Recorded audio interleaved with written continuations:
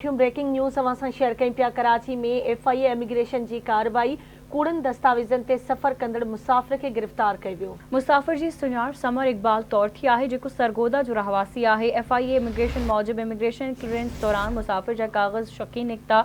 मुसाफ़िर खां वधीक जांच कई पई वञे। FIA अमलदारनि जो इहो चवणु आहे। कराची में FIA इमिग्रेशन की कार्रवाई कूड़न दस्तावेज़न ते सफ़र कंदड़ मुसाफ़िर के गिरफ़्तार कयो वियो आहे। मुसाफ़िर जी सुञाण समर इकबाल तौर थी आहे, जेको सरगोदा जो रहवासी आहे। इमिग्रेशन क्लीयरेंस दौरान मुसाफ़िर जा कागज़ शकी निकता। मुसाफ़िर खां वधीक जांच कई पई वञे। FIA अमलदारनि जो इहो चवणु आहे।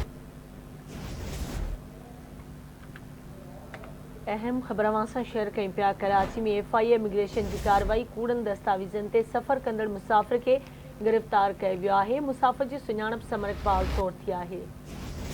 तफ़सील मालूम कंदासीं आवाज़ जे रिपोर्टर आमिर सुप्रो खां। जी आमिर, कहिड़ा तफ़सील आहिनि, आगाह कजो।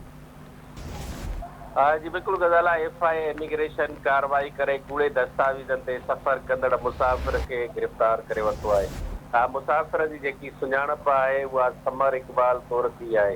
हिन जो चवणु आहे, FIA जो चवणु आहे त $550 जे एवज़ कूड़े दस्तावेज़न ते मुसाफ़िर सफ़र करे रहियो, जेके पकड़ियो वियो आहे। FIA पारां पिणु जेको आहे उन जेको मुसाफ़िर आहे उन ते केस पिणु दाख़िल कयो आहे। ठीक है, मुझी मेहरबानी आमिर अपडेट करण लाइ।